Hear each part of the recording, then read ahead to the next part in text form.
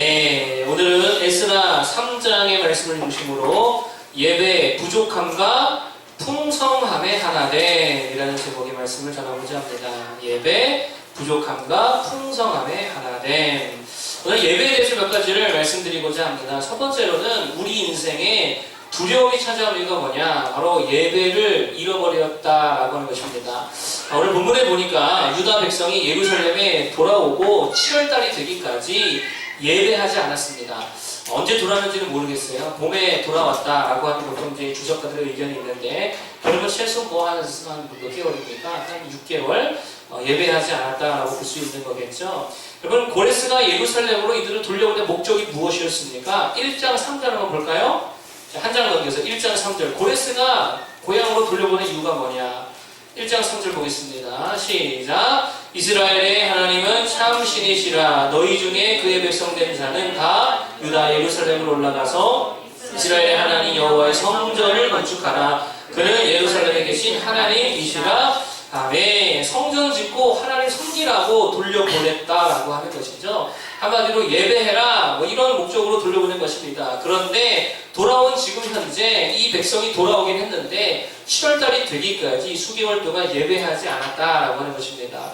그러자 그들에게 뭐가 생겼냐면 두려워하는 마음이 생겼다라고 하는 거예요. 예배를 멈췄더니 뭐가 생겼다고요? 두려움이 생겼다라고 하는 거예요. 그래서 그제서야 부랴부랴 하나님께 예배하기를 7월달이 되어서야 시작했다라고 하는 거예요. 3절을 볼까요? 에스라 3장 3절.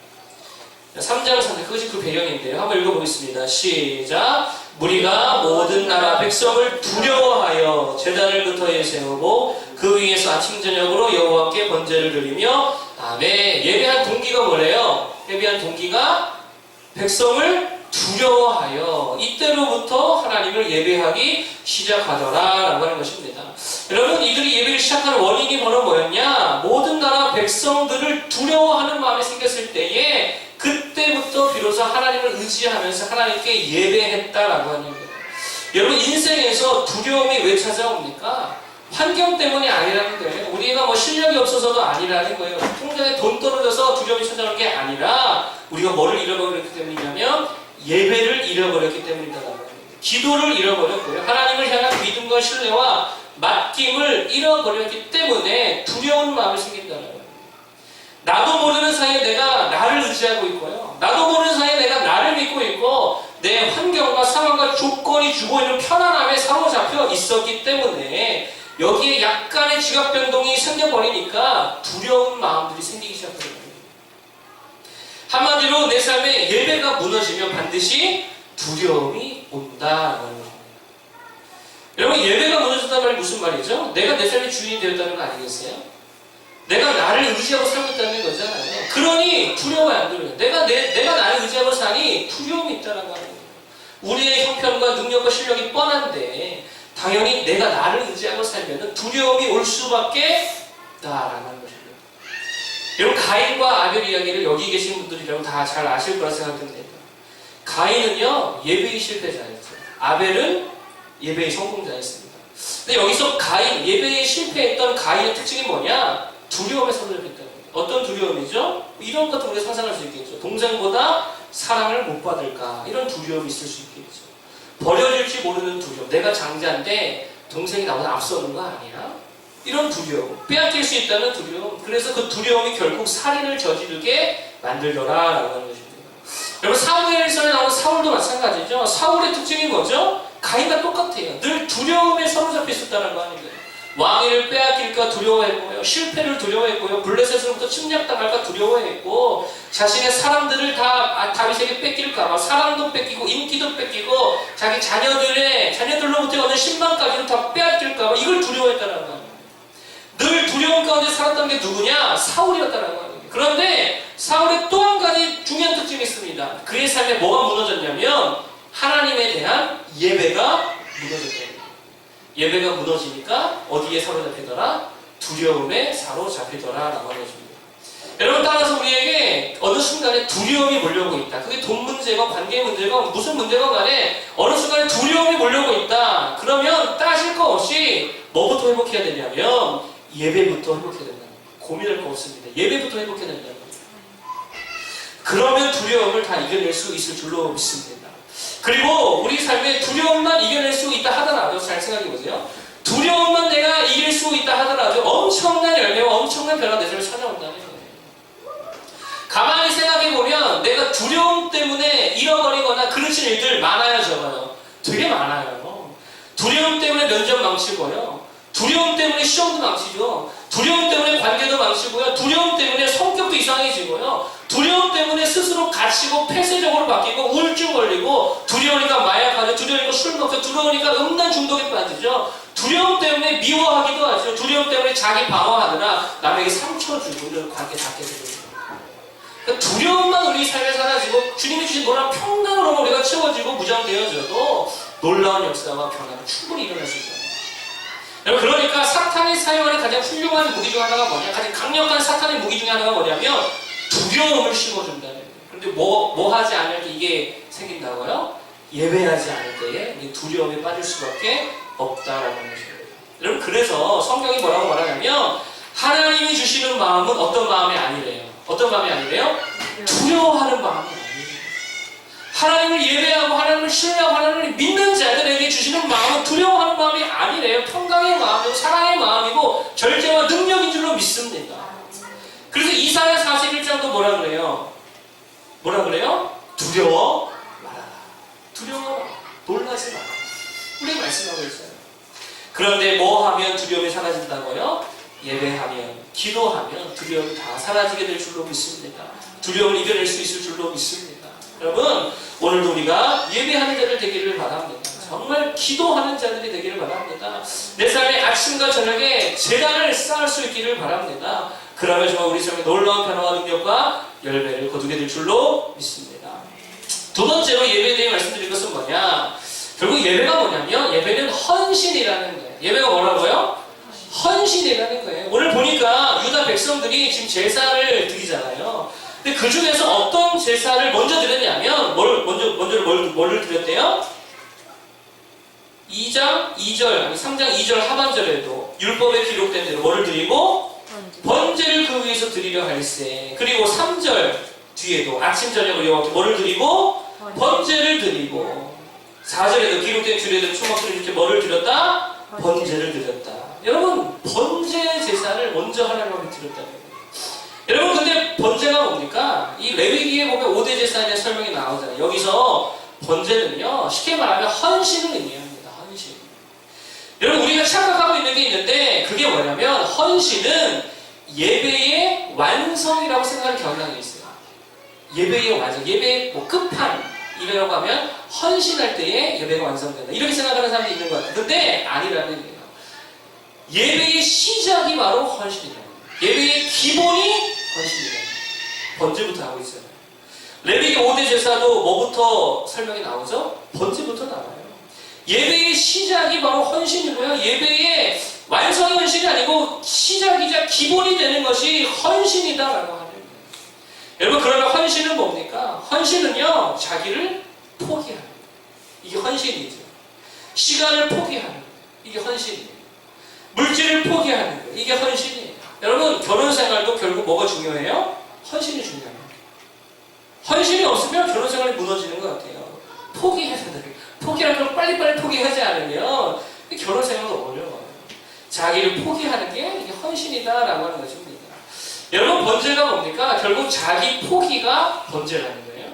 자, 짐승 중에서 소나 양이나 염소를 번제로 바치잖아요. 자, 그런데 이걸 만약에 비용으로 따지면 소 한 마리 얼마 정도 할까? 뭐 한 1,000만 원 합니까? 소 한 마리에? 좋은 거는 그 정도 하겠죠. 1,000만 원에서 최소 뭐 양 한 마리 잡아도 한 몇십만 원 될 거 아니에요. 그런데 이것을 남김없이 어떻게 해요? 다 태워드려. 이게 번제예요. 여러분, 화목제는 고기라도 나눠 먹잖아요. 근데 번제는 다 태워버립니다. 그런데 성경이 뭐라 말하냐면 이게 하나님이 받으시는 향기로운 예물이래요. 다 태워버리는데. 여러분, 잘 보세요. 우리는 이런 생각할 수 있겠죠. 가든 유다 같으면 이런 생각할 거예요. 야, 그거 팔아다가 가난한 자에게 나눠주면 그것이 선한 거 아니야? 아니, 그걸 가져다가 성전 건축하는데 그 비용을 보탠다면 한 몇 번만 보태면 몇 명만 번제 그 소 보탠 거 하면 건축할 거 아니에요. 이렇게 생각할 수 있잖아요. 가난한 자에게 나눠주면 그걸 하나님 더 기뻐하실 거라 생각하는데 하나님 그냥 불태워버린 번제를 향기로운 예물이라고 받으실 만한 거라고 기뻐하신다는 거예요. 뭐를 말하는 거죠? 하나님은 하나님을 향한 자기 포기를 받으신다는 거예요. 하나님께 얼마를 드렸냐가 아니고 자기를 포기했다는 거예요. 이걸 받으신다고요. 같은 맥락이에요. 마리아의 향의 옥합을 깨서 부어버리잖아요. 그거 얼마어치라고 그러죠? 3천만 원어치라고 그러죠? 300데나리온이니까 3천만 원이나 되는 아주 값비싼 향유를 그냥 땅바닥에 버려버렸어요. 여러분 이게 뭘 의미합니까? 주님께 얼마를 드렸는가의 관점이 아니라 주님이 보시기에는 하나님을 위해 주님 예수 그리스도를 위하여서 자기의 것을 얼마나 포기하였는가의 관점을 보시더라는 거예요. 자기 포기, 이게 헌신이고 이게 예배입니다. 따라서 우리가 하나님 앞에 두려움이 없는 예배자가 되기 위해서 반드시 있어야 되는 게 뭐냐? 헌신이라는 거예요. 자기 포기라는 거예요. 이게 있어야 될 줄 믿습니다. 과거의 두 랩돈을 더 기뻐하신다고 그랬잖아요. 왜 그렇죠? 두 랩돈 가지고 뭐 하겠어요? 아무것도 못하는 거예요. 근데 왜 기뻐하십니까? 자기 포기라서 그래요. 여러분 우리가 우선순위 이런 걸 진짜 많이 하잖아요. 우선순위라는 게 뭡니까? 우선으로 내가 하는 어떤 거 말고는 다 포기하는 거예요. 이게 우선순위인 거지. 그러니까 결국 내가 내 삶에 최우선으로 하는 게 바로 내가 예배하는 거고 내가 헌신하는 게 되더라고요. 여러분 하나님을 최우선으로 하기를 바랍니다. 예배를 최우선으로 정하기를 바랍니다. 예배에 헌신하기 바랍니다. 포기하고 다른 거는 포기할 줄 알아야 된다는 거죠. 그러면 하나님께서 우리를 위하여서 하나님이 포기하시죠. 하나님이 우리를 위해 헌신하시죠. 하나님이 우리를 우선순위로 삼으시죠. 그러면 두려움도 사라지고 근심과 걱정 사라지고 하나님이 다 책임져 주시는 인생이 되는 줄 믿습니다. 헌신하는 예배자 될 수 있기를 축복합니다. 자기 포기할 줄 아는 예배자 되기를 축복합니다. 마지막 세 번째로 예배에 관해서 말씀드릴 게 뭐냐? 세 번째로 예배는 하나됨이다 라고 합니다. 하나됨이다. 어떤 하나됨이냐? 오늘 제목과 같은 건데 우리의 부족함과 하나님의 넘침, 우리의 부족함과 하나님의 넘침이 하나가 되는 거예요. 이게 예배예요. 좀 어렵죠? 무슨 말이냐면요 12절 13절 읽어보겠습니다. 자, 12절 13절 한번 읽어볼게요. 12절 13절 에스라 3장 12절 13절. 자, 시작. 제사장들과 레위 사람들과 나이 많은 족장들은 첫 성전을 보았으므로 이제 이 성전의 기초가 너희를 보고 대성통곡하였으나 여러 사람은 기쁨으로 크게 함성을 지르니 백성이 크게 외치는 소리가 멀리 들리므로 즐거이 부르는 소리와 통곡하는 소리를 백성들이 분간하지 못하였더라. 아멘. 자, 여기 보면 이전에 솔로몬의 성전이겠죠. 솔로몬 성전의 그 영광을 본 자들은 다시 짓는 이 스룹바벨 성전의 초라함을 보면서 뭐 했다는 거예요? 통곡했다는 거예요. 야, 하나님께서 원래 지어주셨던 이 성전이 얼마나 웅장했는데, 얼마나 금은보화로 가득했는데 이게 초라하게 되어버렸구나. 우리는 이렇게 초라하게 성전을 지을 수밖에 없구나. 이것에 한탄하고 있었다는 거예요. 자신들의 무능함과 부족함과 초라함으로 인해 통곡했다는 거겠어요. 하나님 앞에 이것밖에 드릴 수 없고. 기뻐한 자들은요, 하나님이 부어주시는 은혜와 감격으로 인해 기뻐했어요. 이전에 한번 모르니까. 하나님이 이렇게 우리에게 은혜를 주셨다, 회복되었다, 이걸로 기뻐했다. 자, 그런데 13절이 뭐라 그러냐면, 백성이 크게 외치는 소리가 멀리 들리므로 즐거이 부르는 소리와 통곡하는 소리를 백성들이 분간하지 못하였다. 통곡과 웃음이 섞여서 하나가 되어서 분간이 되더라 안 되더라? 분간이 안 되더라. 여러분 예배가 뭡니까? 하나님의 말씀 앞에 그의 찬란한 영광 앞에 우리들의 정말 나약한 실상을 보게 되는 거예요. 마치 솔로몬 성전에 비하면 스룹바벨 성전이 한없이 초라해지는 것처럼 하나님의 거룩하심과 하나님의 영광과 하나님의 그 위엄과 권능 앞에 우리 자신을 비추어 볼 때에 너무 초라하다는 것을 깨달아서 한탄하며 눈물을 흘리는 거, 이게 예배라는 거예요. 예수 그리스도 거룩함 앞에 우리를 너무 더럽다. 이게 예배인 거예요. 그런데 동시에 예배는 또 뭐냐? 그러한 우리의 초라함 위에 다시금 하나님의 그 크신 사랑과 은혜와 또 회복하시는 그 놀라운 능력이 다시금 부어지는 것을 경험하여서 기뻐하는 거예요. 이게 또 예배예요. 그래서 그래서 우리의 부족함과 그리스도 예수 안에 있는 충만함이 뭐가 되는 거예요? 하나가 되는 거예요. 그래서 내가 그리스도 안에, 또 그리스도가 내 안에 계셔서 내 것이 주님 것 되고 주님 것이 내 것 되어서 하나가 되는 거, 이게 예배인 거죠. 여러분, 성찬이 의미하는 게 바로 그런 거 아니겠어요? 내가 주님 안에 거하고 주님이 내 안에 거해서 내가 주님과 한 몸을 이루는 거예요. 그래서 성찬에는요 뭐가 있어요? 우리의 죄와 허물로 인한 눈물이 있잖아요. 하나님의 그 거룩하심 앞에 흘리는 눈물이 있잖아요. 부족한 거, 비천함 때문에 눈물이 있죠. 그런데 동시에 또 뭐가 있어요?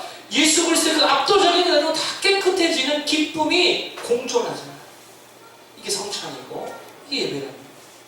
따라서 예배자가 가진 정체성이 뭐냐? 이런 거죠. 나는 여전히 부족하다. 나는 여전히 무능하다. 나는 여전히 nothing이다. 그러나 그리스도께서 내 안에 계시기에 그분이 나를 강하게 하신다. 그분이 나를 붙들어 주신다. 그분이 나를 온전하게 하신다. 그래서 나는 everything이 된다. 이 예배자의 정체성입니다. 그래서 사도 바울이 이렇게 고백하잖아요. 뭐라 고백하냐면요, 이렇게 말합니다. 우리가 무명한 자 같으나 유명한 자예요. 아이러니 아니에요? 무명한 자인데 실은 유명한 자예요. 죽은 자인데 우리가 살아있대요. 징계를 받는데 죽임당하지 아니한대요. 근심하고 있는데 항상 기뻐한대요. 가난한 자 같은데 많은 상을 부여하게 하고 있대요. 아무것도 없는 자 같으나 모든 것을 가진 자로다.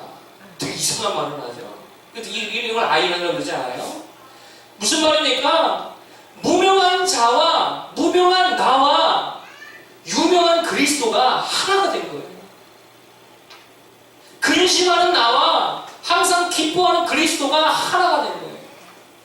가난한 나와 부유한 주님이 하나가 된 거예요. 그래서 나의 가난함은 주님이 가져가시고 주님이 부유함을 나에게 부어주신 거예요. 하나가 된 거예요. 이게 그리스도인이고요. 예배드리는 자에게 주신 놀라운 축복이라는 것입니다. 즐거이 부르는 소리와 통곡하는 소리를 분간하지 못하더라. 제가 나를 생각해봤어요. 나를 한번 묵상해봤어요. 그 참 제 삶도 아이러니 같아요. 분명히 가난한데 되게 부유하게 살고 있는 거예요. 이게 그런 말이에요. 나는 능력이 없는데 능력이 있는 자처럼 대우도 받고 인정도 받고 있어요. 나는 너무도 약한데 강하게 살고 있다라고 하는 거예요. 내 안에 나만 있는 게 아니라 나의 연약함만 내 삶에 있는 게 아니라 주님의 강력하심 나와 함께하고 있다. 나의 부족함과 주님의 넘침이 하나 된다. 이게 예배자에게 주신 축복인 줄로 믿습니다. 그러므로 우리는 굳이 나를 강하게 해달라고 기도할 필요 없습니다. 나를 강하게 해달라고 할 필요는 없습니다. 뭐만 되면 돼요? 주님과 하나 되면 돼요. 강하신 주님과 동행하면 돼요. 강하신 주님과 임마누엘 하면 돼요. 그러려면 뭐 하자고요? 예배하자고요. 예배. 주님께 나를 포기하고 예배하면 이 놀라운 주님과의 하나됨의 연합의 역사가 될 줄로 믿습니다. 내가 부자일 필요 없잖아요. 내 아내가 부자면 나도 부자죠. 내 남편이 부자면 나도 부자죠. 내 부모가 부자면 나도 부자잖아요. 예배를 통해서 우리 주님과 강력하신 우리 주님과 놀라우신 우리 주님과 그 아름다우신 우리 주님과 하나 될 수 있는 모두가 되기를 바랍니다. 예배 회복할 수 있는 귀한 자녀 되기를 축복합니다. 우리 예배에 대해서 세 가지를 말씀드렸어요. 첫 번째, 예배가 무너지면 반드시 두려움이 몰려오게 됩니다. 두려움이 올 때 볼 것도 없이 예배를 회복하기를 바랍니다. 두 번째, 예배는 헌신이라고 했어요. 자기 포기라고 했어요. 하나님께 무엇을 드리는 것도 중요하지만 무엇을 드리는가 보다 더 중요한 건 무엇을 포기하는가. 이게 더 중요한 줄로 믿습니다. 물질, 시간, 잠, 휴식 좀 주를 위해 포기할 수 있는 예배자 되기를 축복합니다. 세 번째, 그러면 주님과 하나가 되어집니다. 우리의 부족함과 주님의 넘침이 하나가 되어지고 우리의 나약함과 주님의 강하심이 하나가 되어지고 그래서 우리의 눈물과 주님의 기쁨이 하나가 되어지더라. 예배를 통해 놀라운 은혜를 누리는 모든 예배자 되기를 간절히 축복합니다. 우리들의 찬양